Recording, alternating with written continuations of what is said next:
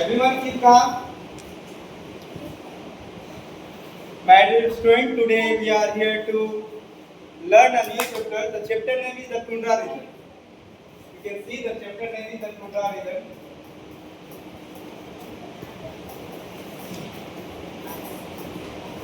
और हम लोग इस अध्याय में टुंड्रा रीजन के बारे में स्पेशली पढ़ने वाले हैं।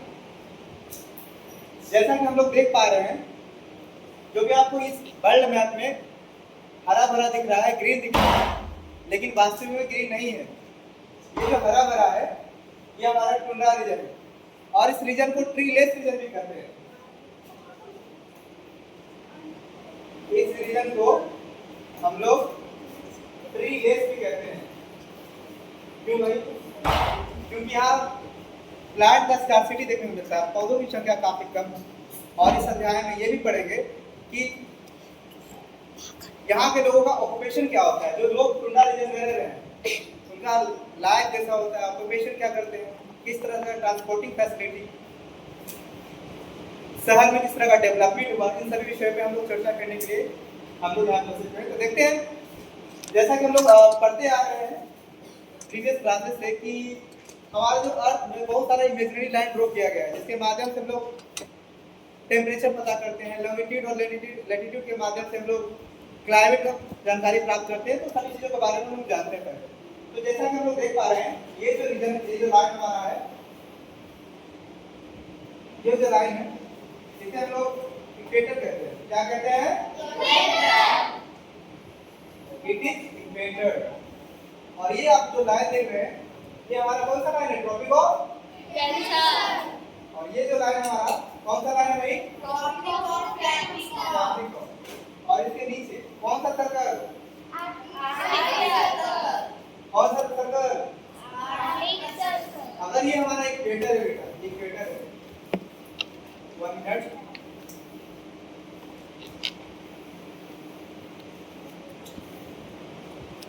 अगर ये हमारा इक्वेटर है, if it is our equator, अगर ये हमारा इक्वेटर है, क्या कौन सा लाइन है? इक्वेटर। तो इक्वेटर के ऊपर कौन सा लाइन है भाई? Tropic of Cancer. कैंसर। और इक्वेटर के नीचे देख रहे हैं तो ट्रॉपिक ऑफ कैप्रिकॉर्न। कैप्रिकॉर्न। और ये लाइन कौन सा है हमारा? Antarctic circle. कौन सा सर्कल? Antarctic circle. है कि नहीं? Yes sir. देख रहे, जैसे हम लोग नॉर्दर्न हेमिस्फीयर में जाते हैं, इक्वेटर से जो भी नॉर्थ डायरेक्शन में देख रहे जो भी एरिया है, वो हमारा नॉर्दर्न हेमिस्फीयर है। कौन सा हेमिस्फीयर है? Northern hemisphere. तो यहाँ से आप लोग जो भी रीजन देख पा रहे हैं, इसके एबव ये जो हेमिस्फीयर है, कौन सा हेमिस्फीयर है? Northern hemisphere. Northern hemisphere. Hemisphere. Very good. Now see, equator से नीचे वाला रीजन, जो भी एरिया पड़ा हमारा, कौन सा हेमिस्फीयर? साउथर्न। इक्वेटर से साउथ में इसलिए साउथर्न हेमिस्फीयर। Very good. इस तरह से हम लोग क्लासिफिकेशन किए। और ये जो सारा लाइन है, चाहे वो ट्रॉपिक ऑफ कैप्रिकॉर्न हो, अंटार्कटिक सर्कल हो, इक्वेटर हो, ट्रॉपिक ऑफ कैंसर, या फिर हमारा आर्कटिक सर्कल, सारा जो लाइन है हमारा वर्चुअल लाइन है, इमेजिनरी लाइन है। और इसे हम लोग कहते हैं लाइंस ऑफ लैटिट्यूड। क्या कहते हैं? Lines of latitude. इसकी टोटल संख्या 181 है। देखते हैं हम लोग, जैसे हम लोग इक्वेटर देख रहे हैं, ये 0 डिग्री के पास मतलब गुजर रहा है। 23.5 में हमारा नॉर्दर्न हेमिस्फीयर में ट्रॉपिक ऑफ कैंसर है। 66.5 में नॉर्दर्न हेमिस्फीयर में कौन सा लाइन है? Arctic circle. और ये हमारा कौन सा हेमिस्फीयर है? सारा नॉर्दर्न हेमिस्फीयर। नीचे देखें 23.5 में, और साउथ में देखें कौन सा लाइन है? Tropic of Capricorn. 66 में नीचे देख रहे हैं 66.5, साउथ में कौन सा लाइन है?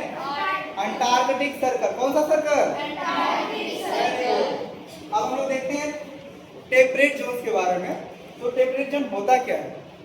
तो इसके माध्यम से हम लोग क्लाइमेट पता करते हैं कि कौन सा कंट्री में कैसा क्लाइमेट है। जैसा कि हम लोग देख पा रहे हैं कि ये जो लाइन है, as we can see that it is equator, from equator to in North Tropic of Cancer, from equator to south in Tropic of Capricorn. It is known as torrid zone. But we can also do classify on the basis of northern and southern hemisphere. You can see from equator to Tropic of Cancer, it is northern part or southern part.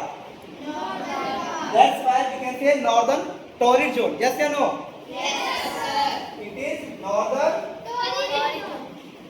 torrid zone. Very good. Now we can see from equator to Tropic of Capricorn in southern direction. It is also known as torrid zone, but it is southern or northern torrid zone. Southern, na? Because from equator to below, you can see in southern direction. Therefore, we can say it's the southern torrid zone. Yes or no? Yes, sir. Southern torrid zone. Yeah, listen. From Tropic of Cancer to Arctic Circle in northern hemisphere, it is called temperate zone. Which zone? Temperate zone. Very good. In southern hemisphere, it is also known as temperate zone. Temperate zone. Okay. And you can see, it is not a full map. That's why we cannot do full things, right full things here. But you can see from Arctic Circle to 90 degree in North Pole, it is known as frigid zone. Which zone? Frigid zone.